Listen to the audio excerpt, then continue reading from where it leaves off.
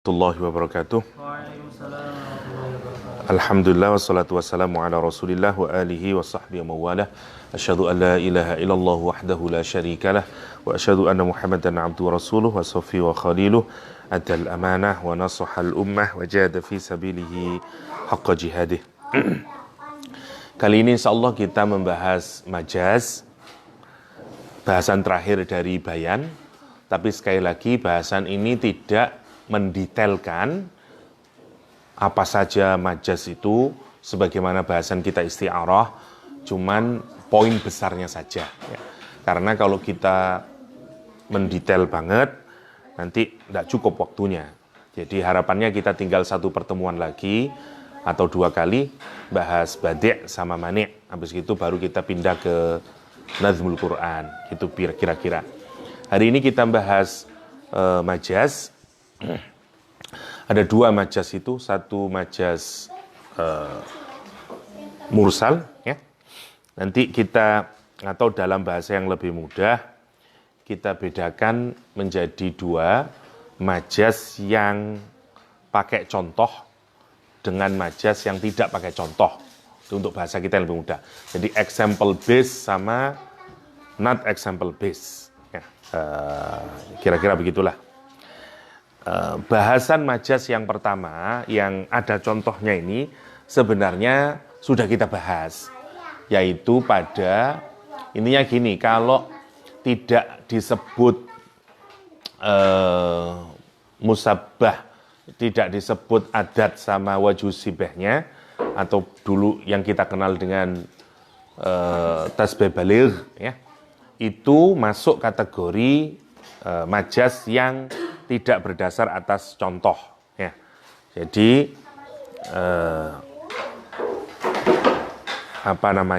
Jadi majaz ada 2, ya, seperti yang pertama. Jadi yang pertama tidak dengan menggunakan contoh, yang kedua tidak menggunakan contoh, ya. Atau dalam bahasa yang asli sebenarnya ada 2 majaz, majaz isti'arah sama majaz mursal. Majaz isti'arah itu majaz yang menggunakan contoh. Majaz mursal, majaz yang tidak menggunakan contoh untuk mudahnya. Jadi untuk contoh yang pertama, yang majaz isti'arah kita sudah bahas. Jadi mulai baligh,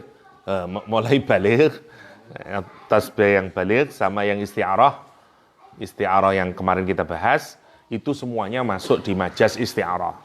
Jadi kita sudah selesai bahas itu. Sekarang kita bahas yang majaz yang kedua, yaitu majaz yang didasarkan tanpa adanya contoh, not example based. Ada 2 sifatnya, ada yang direct, ada yang indirect, ya. Nanti di sini kalau kita baca di buku-buku balaghah, dibagi-bagi jadi banyak alaqahnya. Ada yang sababiyah, ada yang musababiyah, ada juz'iyah, ada kulliyah.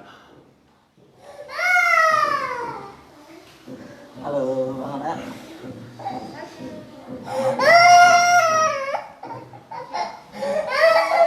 Lali.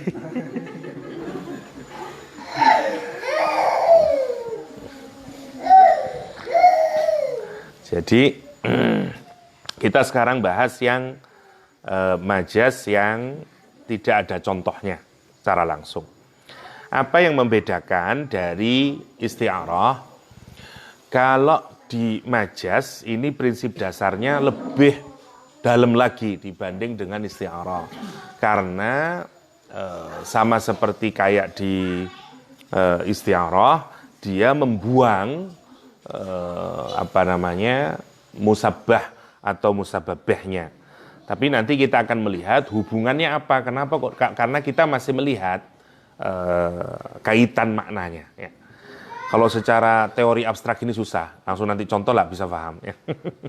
Oke. Jadi lafadz yang digunakan itu nanti itu selain makna aslinya, tapi cara untuk melihatnya, lihat indikatornya atau lihat kaitannya, Kira-kira begitu. Misalnya kayak beginilah, orang berbicara dengan mutiara, itu kan ndak ono ngono iku. Orang berbicara dengan mutiara.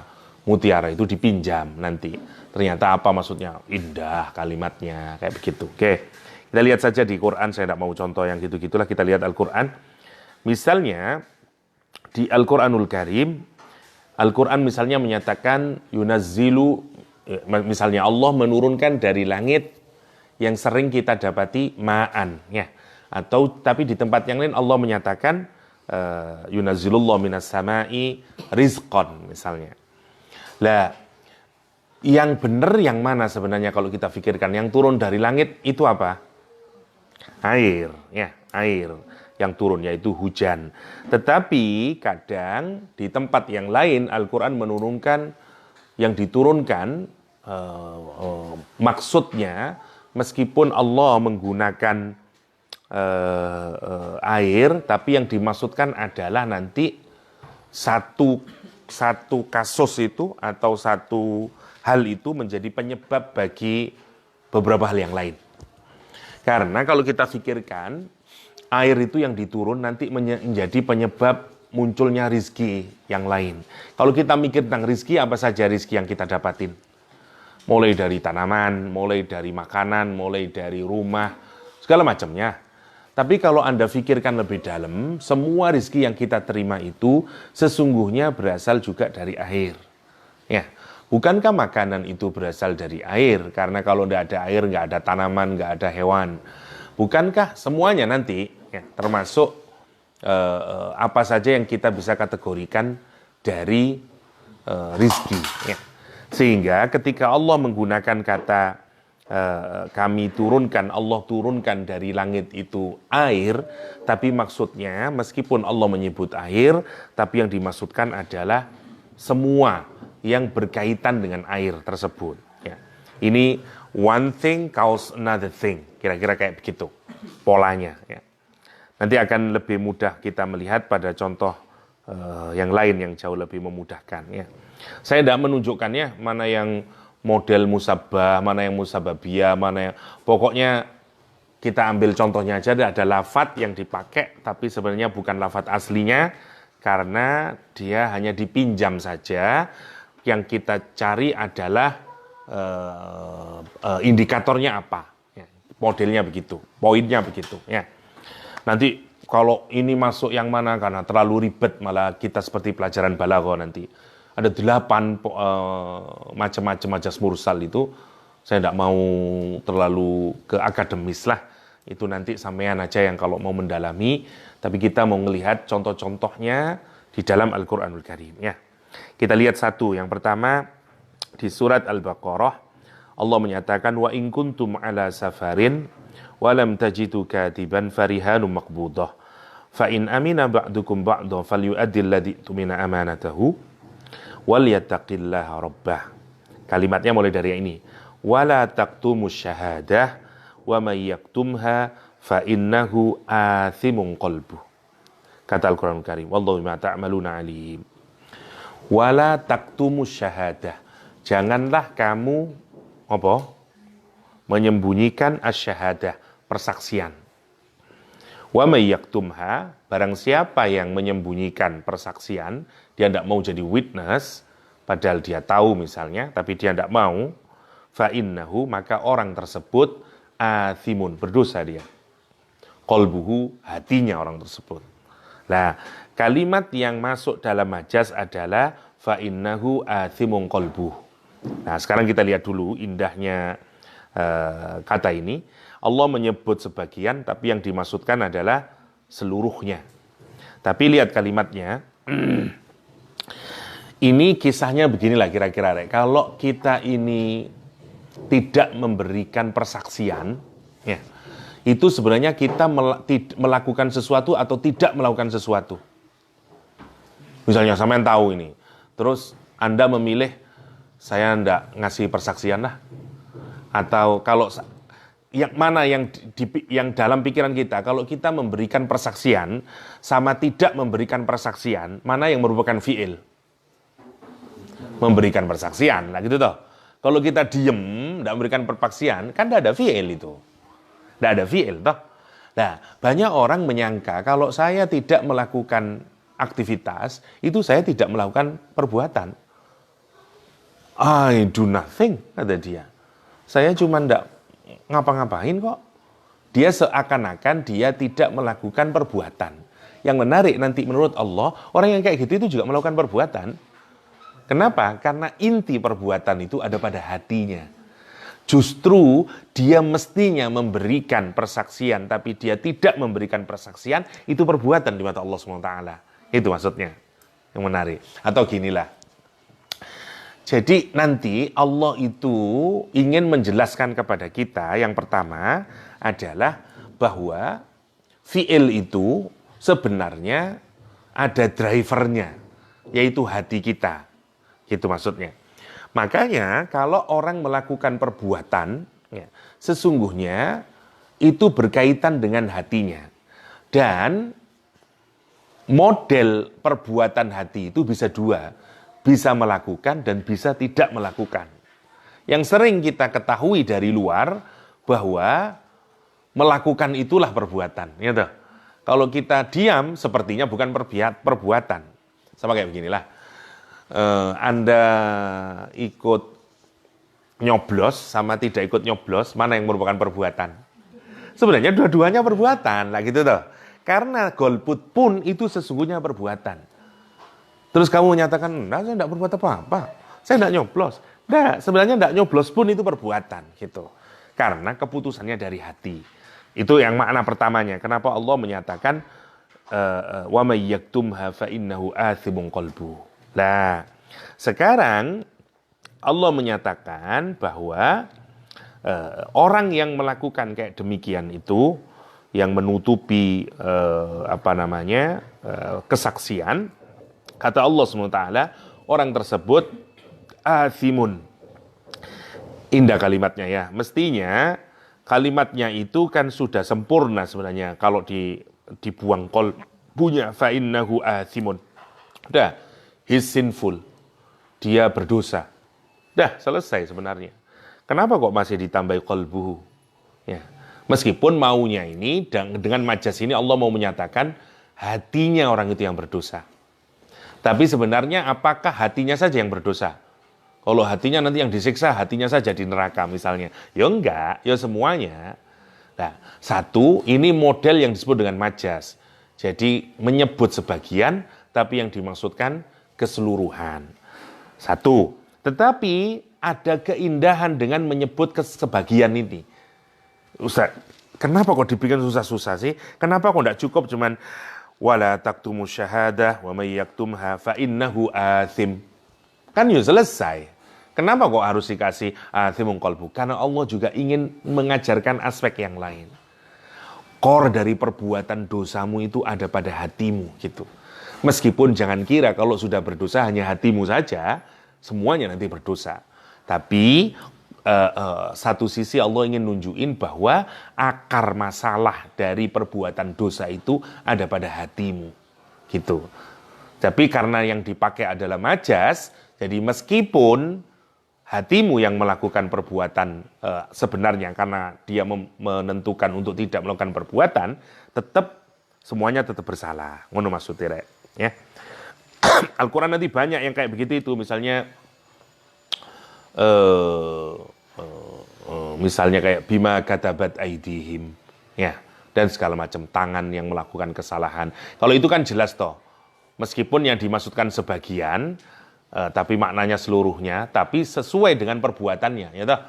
Orang Yahudi menulis tahrif kitab Taurat, ya, dirubah-rubah. Quran menyatakan nanti mereka akan dapat siksa disebabkan apa? Bima katabat aidihim, ya, karena tangan mereka yang melakukan. Memang tangan mereka yang melakukan kerja.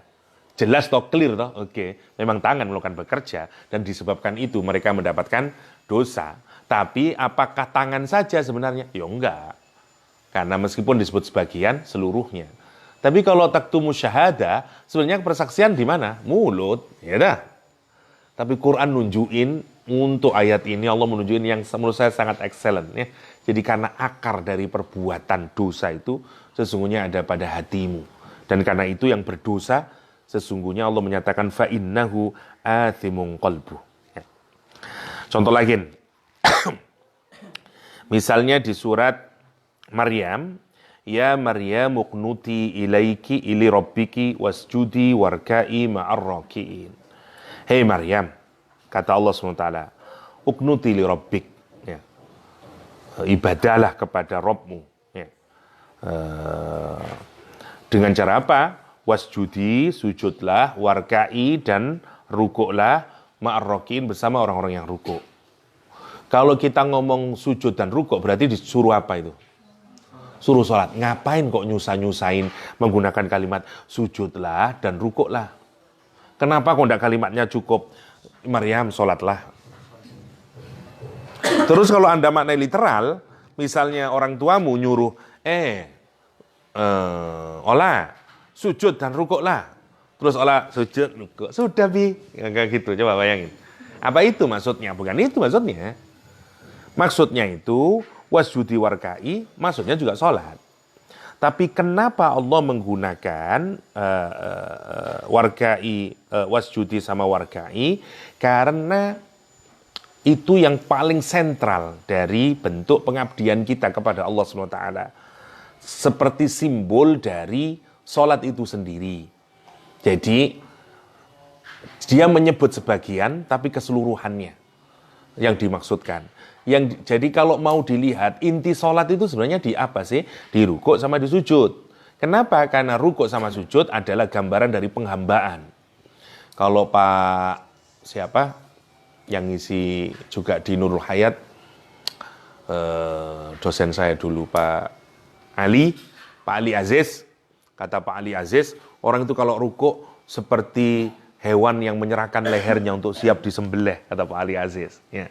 Karena itu dia posisinya paling rendah. Seperti orang yang merendahkan dirinya. Dan memang posisi orang rukuk itu posisi sangat lemah. Kalau tidak percaya kamu rukuk, disenggol anak aja jatuh kamu.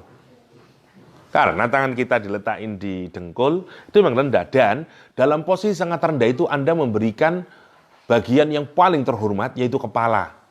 Seperti menyerahkan untuk disembelih, kata Pak Ali Aziz. Ya, Pak Ali Aziz. Jadi makanya kata Pak Ali Aziz, rukuk itu gambaran dari pengabdian, gambaran dari kerendahan dan segala macam. Apalagi sujud.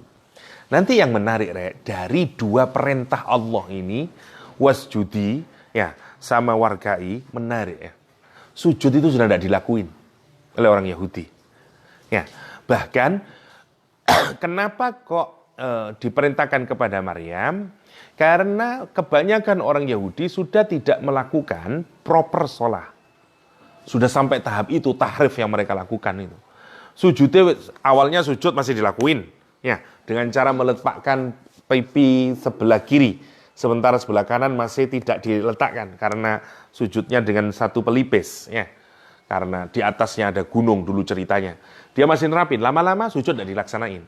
Tinggal rukuknya. Kalau kamu ngeliat ibadahnya orang Yahudi, tinggal apanya? Rukuk. Dan rukuknya pun itu, kalau kamu nonton di tembok ratapan, gitu, ya, rukuknya juga tidak sempurna. Karena itu ada kalimat warka'i ma'ar raki'in. Kalau kamu mau rukuk, rukuklah bersama orang-orang yang rukuk itu. Yaitu siapa? Orang-orang muslim yang benar rukuknya. Maunya dalam konteks ayat ini turun, ya. Tentu untuk Maryam tidak seperti itu pemanannya, tapi yang menarik nanti memang semacam itu ibadahnya orang Yahudi itu sudah dibuang semuanya. Kita masih belum sampai segitu ya merubah agama, tapi apakah tidak mungkin? Sangat mungkin. Tinggal tunggu saatnya, ya. Orang nanti akan korup terhadap agama itu. Ya. Na'udzubillah, semoga kita jangan ya, karena nanti kita bisa gagal sebagaimana Bani Israel gagal menjadi contoh. Ya, itu cara Al-Quran. Ngomongnya wasjudi warka'i, tapi yang dimaksudkan adalah sholat itu sendiri. Contoh lagi, wa aqimus sholah wa atuz zakah warka'u ma'ar raki'in. Ini sama. Ya, aqimus shalah atuz zakah. Apa yang dimaksudkan dengan aqimus shalah, menegakkan salat, sama atuz zakah, mengeluarkan zakat. Kalau warga Umar Rokiin, sekali lagi, ini refernya surat Al-Baqarah, karena konteksnya untuk orang-orang Bani Israel, orang Yahudi yang ada di Madinah, kritik terhadap cara rukuk mereka, sekali lagi. Ya. Tapi, maka rukuk sama sholat kan tidak ada pemisahan sebenarnya. Jadi ayat ini kalau kita baca, intinya cuma dua itu, aqimus shalah, atuz zakah. Ini juga majas, nyebut sebagian, tapi yang dimaui keseluruhan. Apa keseluruhannya kira-kira? Islam itu sendiri. Jadi kalau kita mau ngelihat Islam, sesungguhnya isinya cuma dua itu. Aqimus shalah, atuz zakah. Salah satunya. Kenapa? Karena gini, aqimus shalah, tegakkanlah sholat. Kalau kita mikir, sholat itu kapan bisa diterima? Apa yang harus kita lakukan sebelum sholat? Wudu, harus suci dulu. Untuk kita berinteraksi dengan Allah SWT dalam sholat, kita harus pastikan diri kita suci dulu. Baru nanti diterima sholatnya. Dan kita harus establish sholatnya. Sama juga dengan atuz zakah. Untuk bisa mengeluarkan zakat dan diterima zakatnya, maka kita juga harus bersih. Apanya? Interaksi kita dengan orang lain. Dan kalau kita renungkan, semua relasi hubungan di dunia ini, semuanya karena ada masalah uang, money matter. Ya, exchange teori kalau dalam sosiologi. Nggak ada hubungan Anda dengan istri nanti, hubungan kita dengan anak, hubungan dengan orang, hubungan dengan apapun. Urusannya adalah dengan uang. Lah, harta yang Anda keluarkan itu berasal dari muamalah.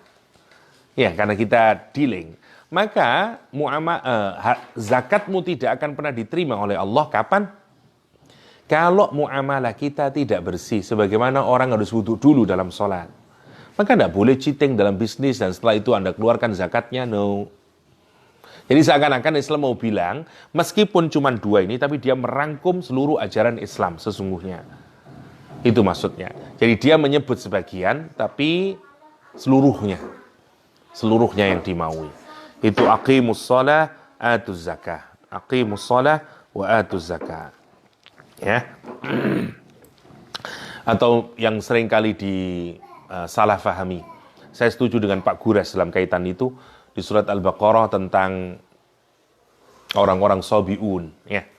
Misalnya Jalaluddin Rahmat menggunakan ayat ini sebagai pijakan bahwa dasar diterimanya amal itu hanya dua saja, yaitu iman kepada Allah dan iman kepada hari akhir. Karena bunyi ayatnya adalah innalladzina hadu wan nasara was-sabiina man amana billahi wal yawmil akhir. Ya, wa amila sholihan falahum ajruhum inda rabbihim. Ya. Jadi tinggal iman pada Allah, iman hari akhir, amal soleh.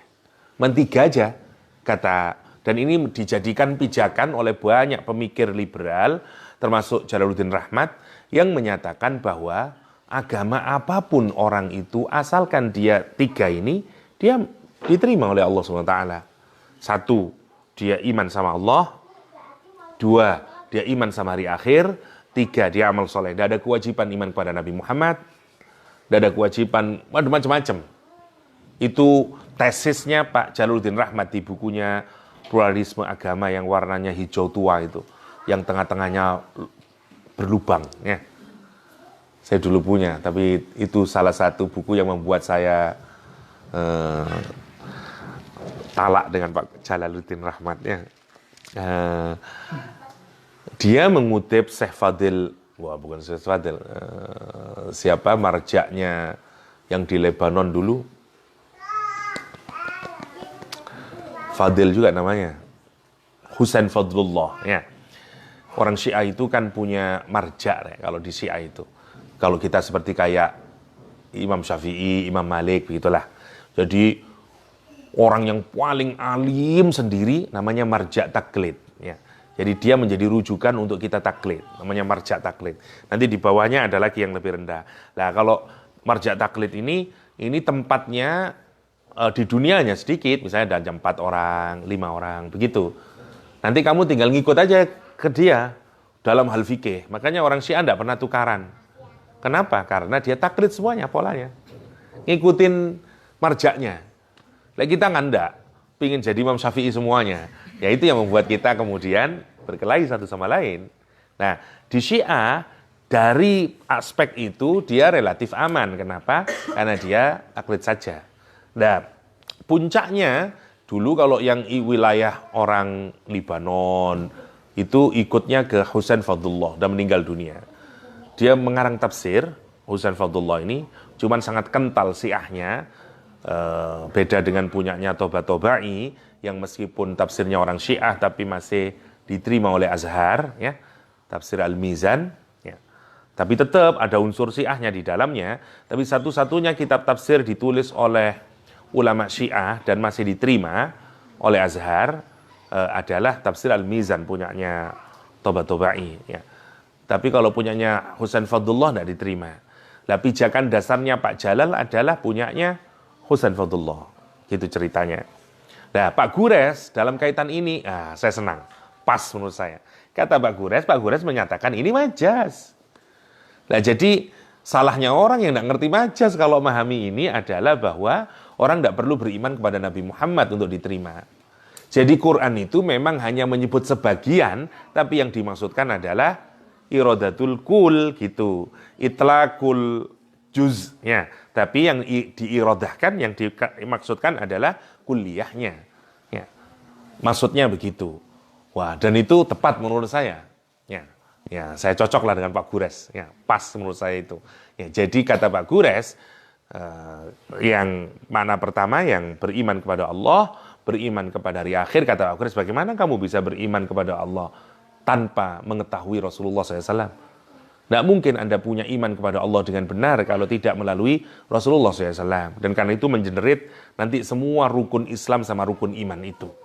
Itu katanya Pak Gures Shihab. Ya. Jadi tidak bisa ayat ini ditarik-tarik menjadi pluralisme agama yang menyatakan semua agama sama, asalkan satu, you beriman kepada Allah, beriman kepada hari akhir, dan beramal soleh. Ya. Bagi saya pendapat Pak Gures jauh lebih tepat. Dan ini salah satu caranya adalah karena dia merupakan majaz. Itu pentingnya balaghah. Oke.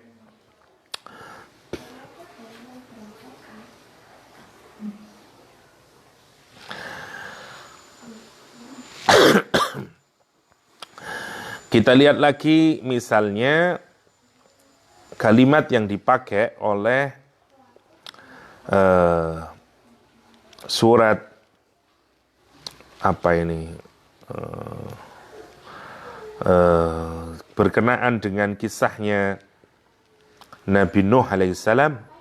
Qala rabbi inni da'autu qaumi layla wa nahara falam yazidhum du'ai illa firara wa inni kullama da'autuhum litaghfira lahum ja'alu asabi'ahum fi adhanihim.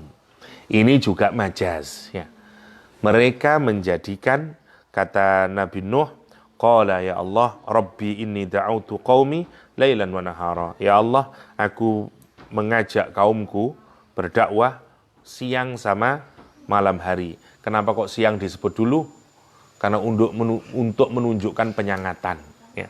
Karena kalau kita berdakwah mestinya ngomongnya pagi dan siang, ya, pagi dan malam, bukan malam dan pagi. Normalnya orang bekerja itu nahar dulu apa lail dulu? Nahar dulu. Lail didahulukan, kata para mufassir, hikmahnya adalah karena Nabi Nuh itu mau menunjukkan bahwa saking seriusnya dia berdakwah, bahkan tidak dimulai nahar, dimulai lail.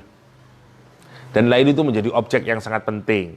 Karena siangnya mungkin orang, gini ya, orang itu untuk berpindah ya, susah. Karena ini kita punya watak, kalau dalam sosiologi namanya,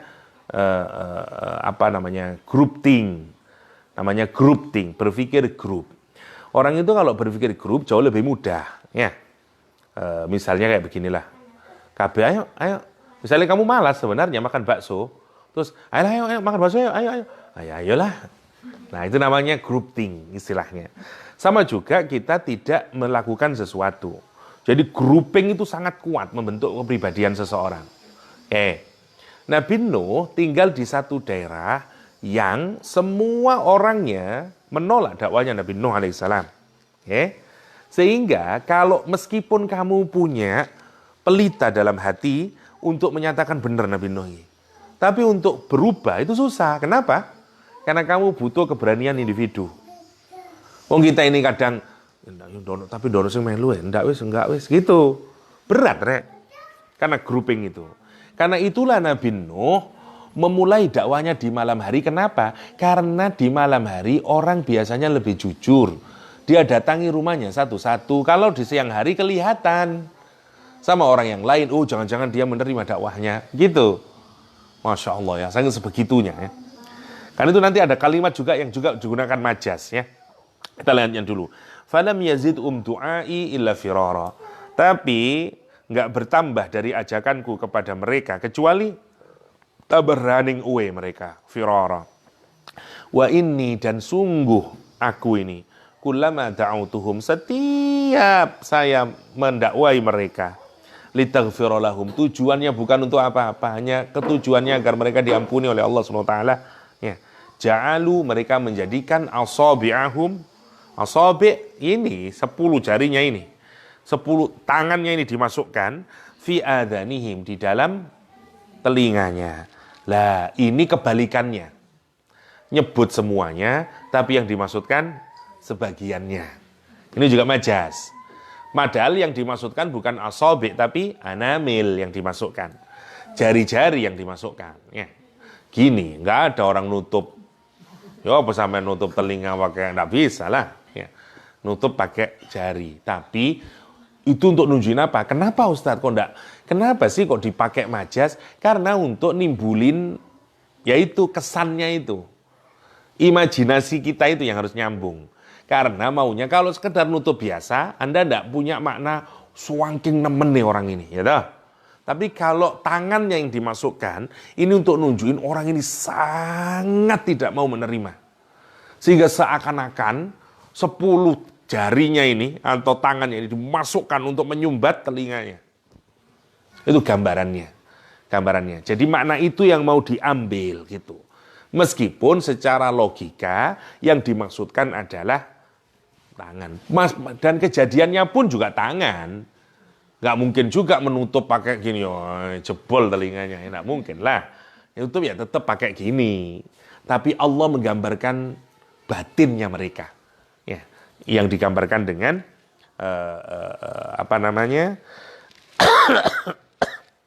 ja'alu asabi'ahum fi adhanihim. Itu juga menunjukin apa? Stubbornnya mereka. Ini juga disebut dengan expression of frustration-nya mereka. Ini ekspresi dia karena frustasi. Wis bayangin kemudian opo ya gambaran dari orang yang tangannya ditentukan, bahkan bukan dengan jari-jarinya. Orang frustasi karena muangkel, tetap aja nyeramahin, tetap aja ndakwahin, kayak begitu. Saking marahnya dia. Orang yang sudah tidak bisa diharapkan lagi, beyond hope, tidak bisa lagi. Keterlaluan sudah orang ini ya. Itu maksudnya. Oke. Ada lagi sekarang. Wa'atul yatama amwalahum wala tatabaddalul khabitha bitayyib ila akhirih ya.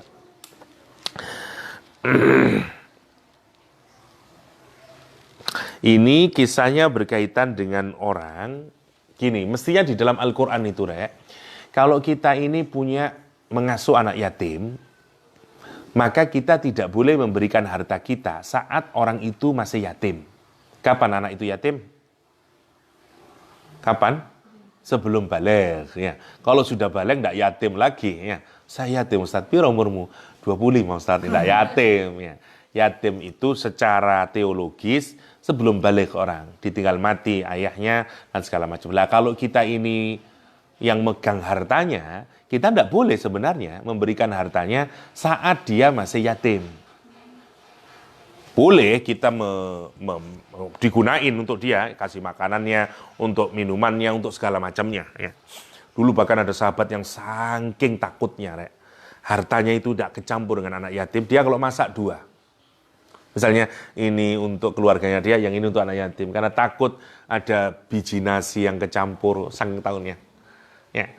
Karena kalau orang makan harta anak yatim, dia ya kulun nara fi butunihim ya, dia makan api dalam perutnya. Ya. Karena itu sangat takut mereka. Nah, terus Quran menyatakan enggak, wa intu khalituhum fa innahum wa intu khalituhum ikhwanukum, kayak apa? Enggak apa-apa, kalaupun kecampur itu sih dulurmu, enggak apa-apa. Ya, jadi enggak boleh terlalu ekstrim juga. Nah, tapi kenapa ayatnya menyatakan wa atul yatama amwalahum? Berikan kepada anak yatim itu harta mereka. Padahal di tempat yang lain Quran menyatakan jangan. Nah, ini kisahnya begini sebenarnya awalnya, maksudnya. Ini ada banyak tradisi di kalangan orang-orang dulu, kalau dia merawat anak yatim, disekolahin terus, hanya dia sukses. Begitu dia sukses, hartanya masih ada di dia. Terus dia mikir, dia sudah tidak butuh paling. Oh, dia sudah kaya raya kok, dia sudah sukses kok. Terus tidak dikasihkan. Enggak, kata Allah, atul yatama amwalahu. Kasih hartanya itu. Atau misalnya, orang sudah, dia juga pasti tidak akan dia sudah misalnya dan segala macamnya. Tidak boleh. Itu tetap karena dia merupakan hartanya anak yatim. Atul yatama amwalahum. Itu gayanya Al-Quranul Karim. Karena untuk menunjukkan yang dimaksudkan bukan yatim dalam pengertian dia masih dalam keadaan kanak-kanak. Ya. Ini yang menarik juga. Yang kalimat yang dipakai oleh Nabi Nuh, wala yalidu illa fajiran kafara, ayatnya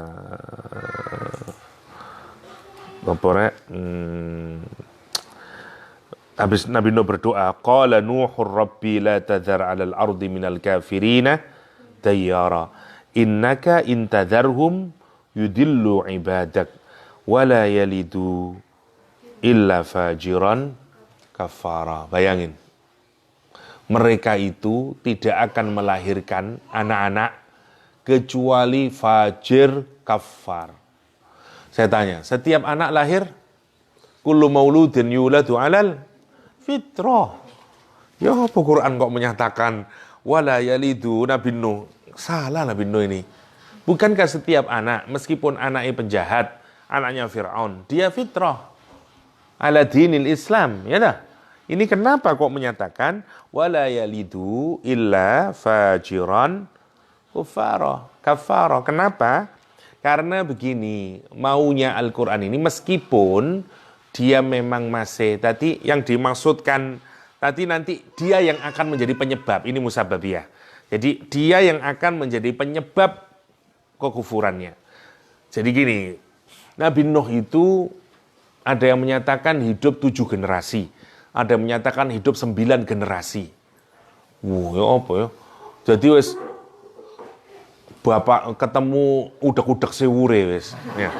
Jadi biyen koncone Nabi Nuh. Terus ketemu anune semasi Nabi Nuh maneh. Jadi sudah tua sekali Nabi Nuh itu. Tapi tetap sampai putu-putu-putune tetap aja. Dan Nabi Nuh menyaksikan, iki duwe anak fajir, terus duwe anak fajir lagi, duwe anak fajir lagi. Bayang kalau kamu ngelihat 9 generasi atau 7 generasi, semua anaknya, tidak ada yang beriman, boleh tidak kamu menyimpulkan bahwa tidak mungkin. Oh bapak ya koyok ngono. Ngaji, tidak pernah ngaji, tidak ada yang tertarik sama Islam. Boleh tidak kamu menyimpulkan dia tidak akan. Dia kalaupun melahirkan, pasti anaknya akan menjadi anak yang fajir sama kafara. Maksudnya Nabi Nuh, dia menggunakan majas seakan-akan bahwa kalaupun dia melahirkan anak, nanti anak ini ngomongnya begitu, karena majas ya. Lahirnya sekarang, tapi nanti meskipun dalam keadaan lahir dia masih inosen, ya, dia masih fitrah, tapi nanti kalau dia jadi besar, ujungnya nanti dia akan jadi fajiran kufara. Kenapa dia bisa begitu? Ya, itu sudah berdasarkan pengalaman. Ya. Dan karena itu Nabi Nuh menyatakan begitu. Karena itu Nabi Nuh, Rabbi la tadhar. Ya Allah, jangan sisakan satu rumah pun. Habisin semuanya ya Allah. Masya Allah ya, menakutkan Nabi Nuh itu. Untung Nabi Muhammad tidak berdoa begitu. Ya. Innaka intadharhum, kalau kamu biarkan mereka ya Allah, kata dia, yudillu ibadak, tapi justru mereka yang akan menyesatkan hamba-hambamu yang beribadah kepadamu. Kenapa? wala yalidu illa fajiran kuffara. Karena mereka tidak melahirkan kecuali orang-orang fajir dan orang-orang kufur. Ini juga majaz. Karena bertentangan sebenarnya, tapi yang dimaksudkan bukan makna aslinya itu, tapi kemana indikatornya nanti kemana. Fajirun jadi indikatornya. Ya. Atau seperti kalimat was'alil qaryah misalnya. Ask the city misalnya. Atau kayak gini loh, kayak kamu ke Surabaya nonton jalan-jalan di Surabaya besar, taman-taman baik, terus kamu Risma itu hebat yang bangunnya ya. Bagus, jalan-jalan ini Surabaya, taman-taman jadi baik. Risma ini yang bikin memang. Saya tanya, apa Risma yang bikin? Enggak, gitu. Ibaratnya seakan-akan, nah, meskipun nyebut satu, tapi maksudnya seluruh warga Surabaya. Nah sekarang kayak begini, Al-Quran menyatakan was'alil qaryah. Tanyalah city itu. Apa yang dimaksudkan city kotanya? Bukan. Penduduk kota maksudnya. Tapi seakan-akan karena peristiwa itu masif.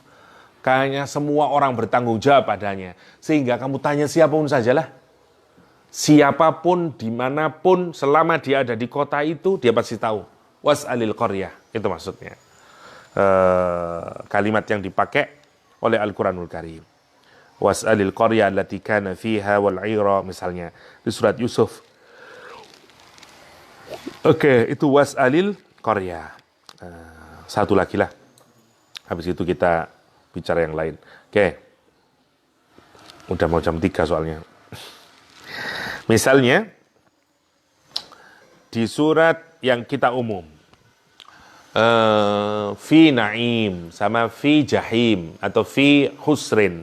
Innal insana lafi khusrin. Yang fi na'im apa? Apa? Depannya apa?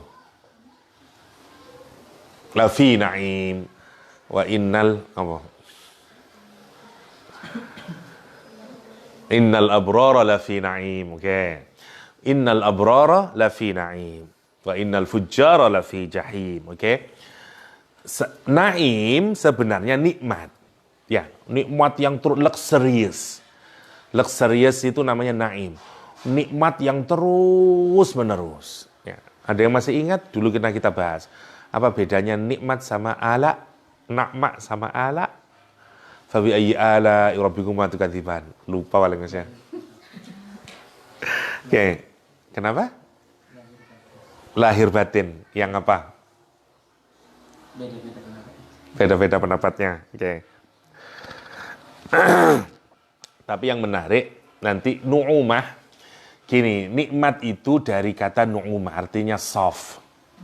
Karena itu semua akar kata yang berkaitan dengan kata nikmat juga menunjukkan mana soft. Tenang, rileks, nyaman, tentram, bahagia. Apa yang paling Anda ingat nanti kalau biar tidak lupa kata nikmat itu? Al-an'am. Satu akar kata. Al-an'am apa artinya? Hewan tapi yang didomestikasi. Kayak sapi, kambing, bukan hewan liar. Hewan sing kalem. Saking kalem ya sapi itu. Kalau nyebrang, meskipun kamu tin, tenang aja dia. Ya, kan ngono tuh. Kalem, karena dia domesticated animal. Ya, semua, makanya kayak begitu.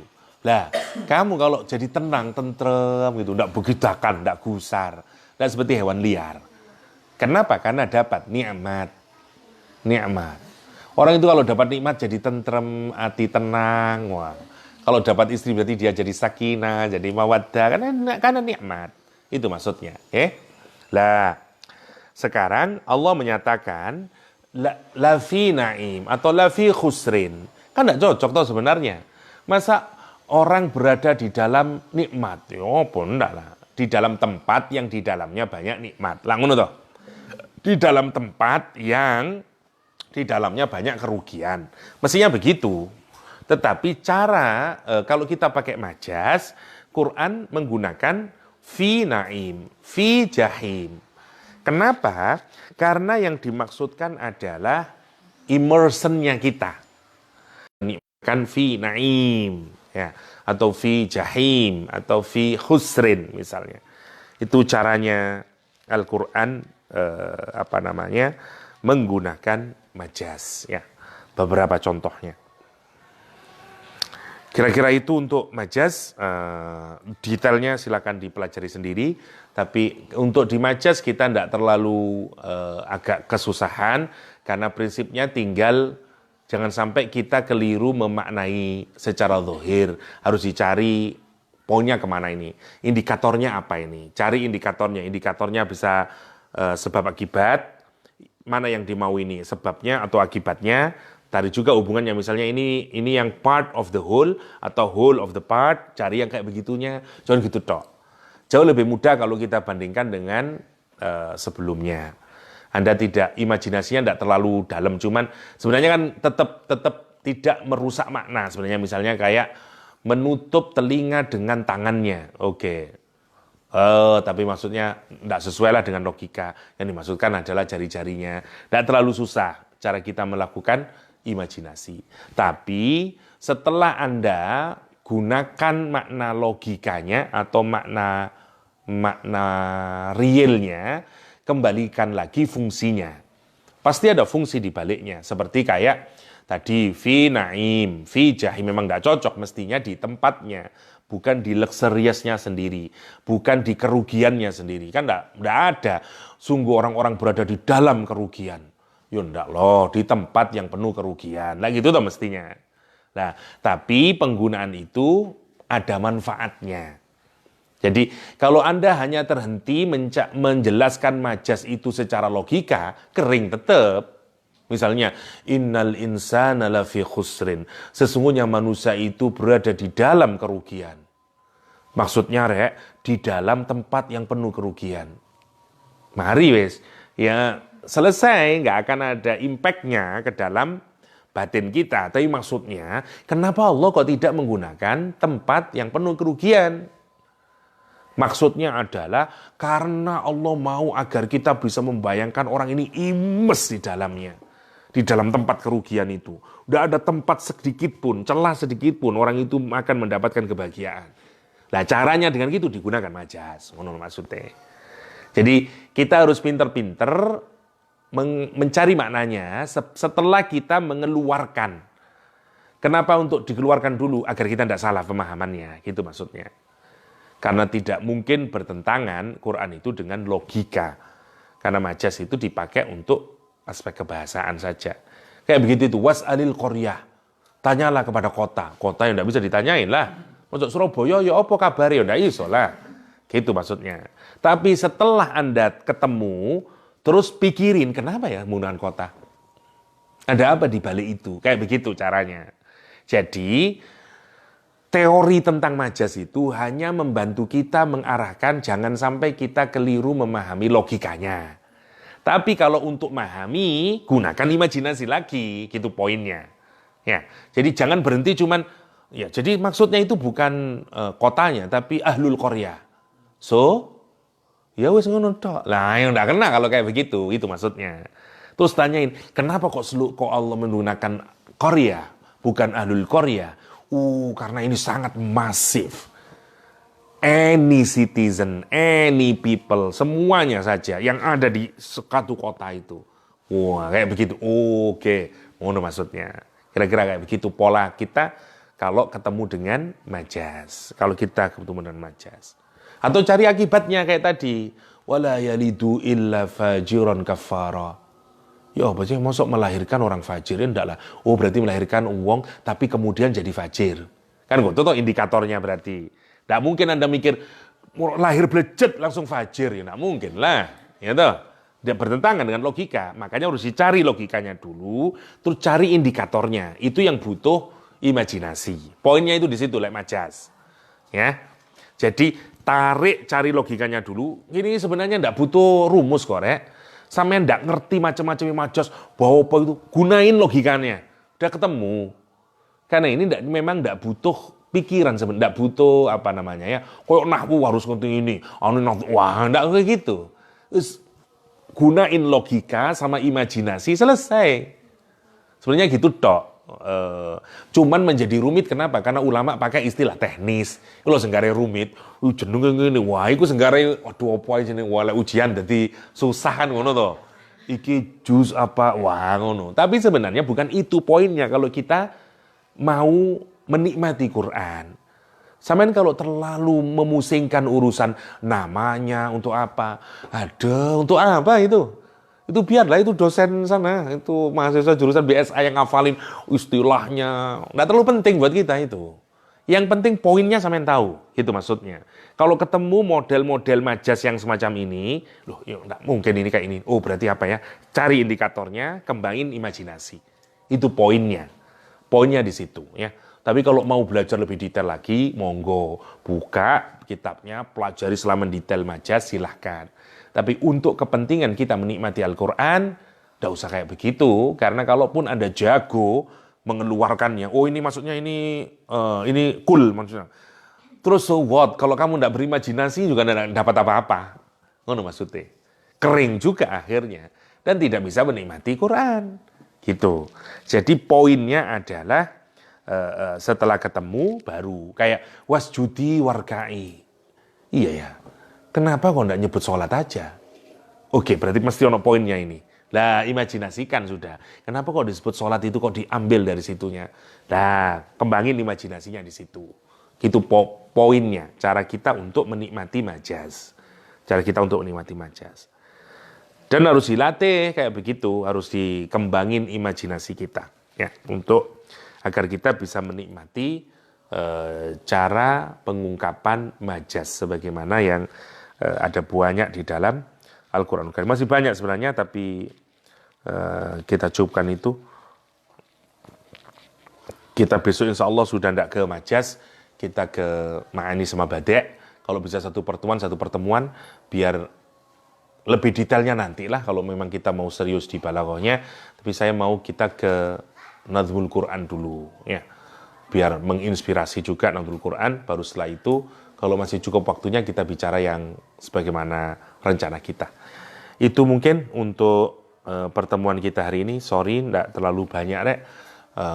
Saya harus pergi. Ya. Semoga ada manfaatnya. Hadanallahu iyyakum ajma'in. Wa sallallahu ala nabiyyina Muhammadin wa alihi wa sallam. Wa akhiru da'wana anil hamdulillahi rabbil alamin. Assalamualaikum warahmatullahi wabarakatuh.